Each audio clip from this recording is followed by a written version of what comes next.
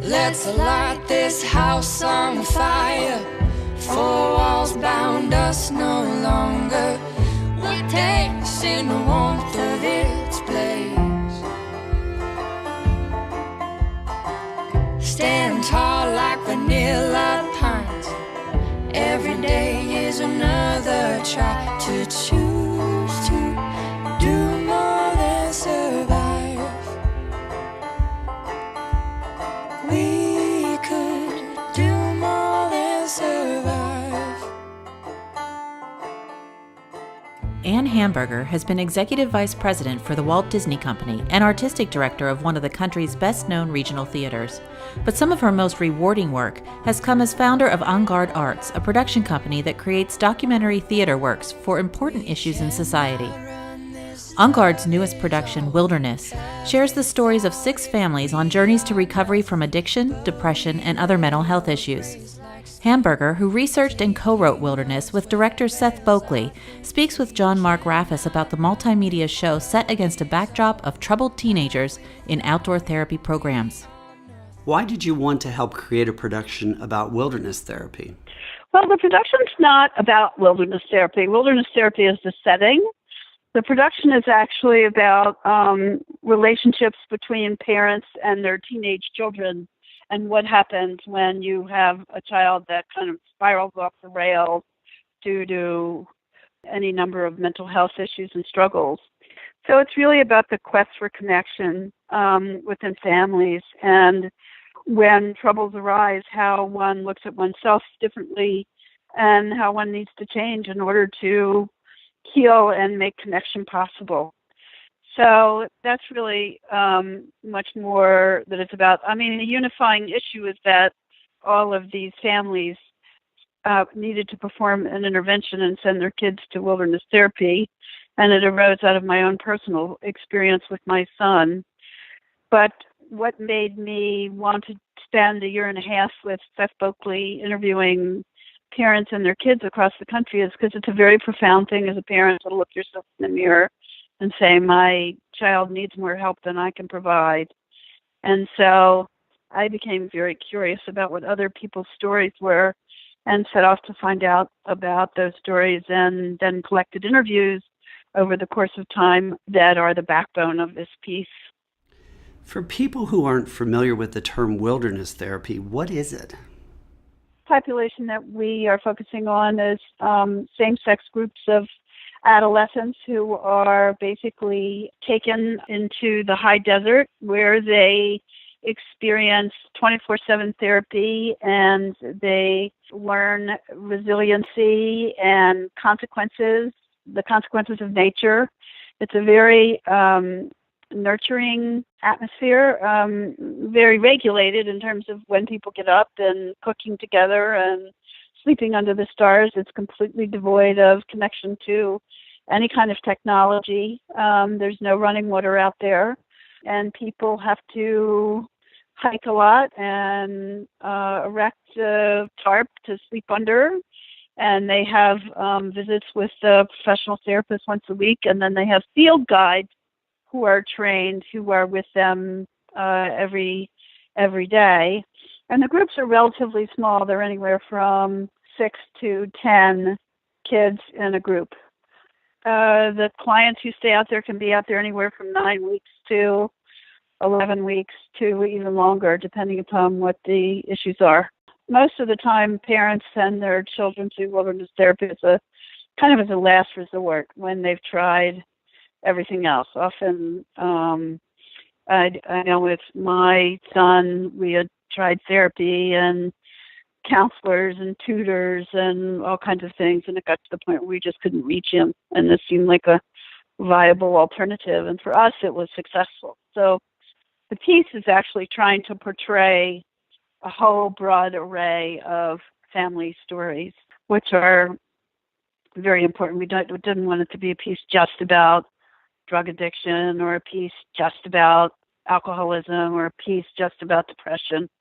We wanted it to cover a broad range of mental health issues that a lot of teens and 20-somethings are facing today.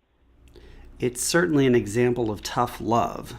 I've read in some circles wilderness therapy can be controversial, especially when you're dealing with minors, because when push comes to shove, they don't have a choice in participating in the therapy. That's correct. Like in a lot of cases, they don't have that choice when they're under 18. I think often parents will do this because they feel like it's a way they can hopefully help to save their child.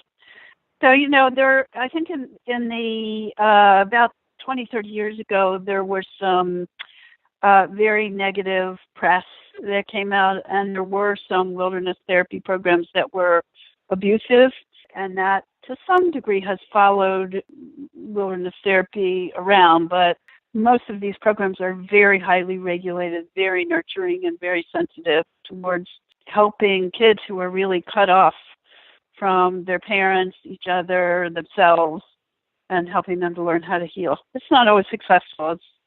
We haven't yet discovered any kind of therapeutic practice that's always successful. We're not far enough along yet in our understanding of the human brain, But for my family, it was a very successful experience, and my son's doing great. And we kind of in the piece leave it open, and it's that we're kind of taking a snapshot of parents and their kids at a particular moment in time and seeing the journey of learning and discovery that happens, rather than kind of positing it as, okay, here's what come see this show, and everybody should now go off and enroll their kids, any problematic kid, in wilderness therapy. That's not the intention, nor do I think that's what's communicated. What you do is documentary theater, so you're telling the story from various points of view, from the young people involved in the therapy to their parents, and also the therapists who work with them. Right. The piece actually consists of 7 actors. 6 of them are 20-something actors who are actually performing the real-life stories of kids that I've interviewed. And then their actual parents are on video screens that are displayed across the stage. And so you see the real parents, and then you see actors playing the real kids. And these are parents who agreed to be on video and come out and talk about their struggles. But the piece is really quite beautiful. It's not just told through spoken word, but there's dance numbers, and there's really some beautiful, beautiful country, kind of, not country really, but like folk rock score. And there's some very, very funny parts. It's very human. Is any of the music performed live on stage, or is it all recorded? Yes, there are several songs that are sung live. A few years ago, your company performed Bass Track Live, which we also had at Penn State. They're both productions that look at issues that have a lot of ramifications for society. What got you interested in doing this type of theater? We need it. Well, yes, we do. But what got you interested?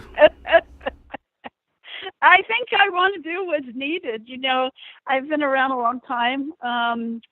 Originally, when I started En Garde Arts in 1985, actually, out of Yale Drama School, I put site-specific theater on the map in New York City and created these large-scale, predominantly outdoor pieces that used the city as our stage. And then I went to Disney and ran a global division I founded and ran a global division for Disney for 10 years, where I brought in some of the most well-known theatrical artists into the parks for the first time in the company's history. And then when I left Disney and came back to New York, I just really felt driven by creating work that had a social justice message at its core, where the work didn't feel like a drag to go see, but that it was an enjoyable piece of theater in its own right, but that it really prompted people to think about these important issues that are kind of really salient issues of our time. So it's a combination between contemporary modes of storytelling and getting people to think and question about things they don't normally think about. Experience En Garde Arts Wilderness, March 15th, 2017 at Eisenhower Auditorium. For tickets or information, visit cpa.psu.edu or phone 800-ARTS-TIX. This mountain breeze got me thinking on my knees. I'm scared that I will sink like a stone. I just wanna call home.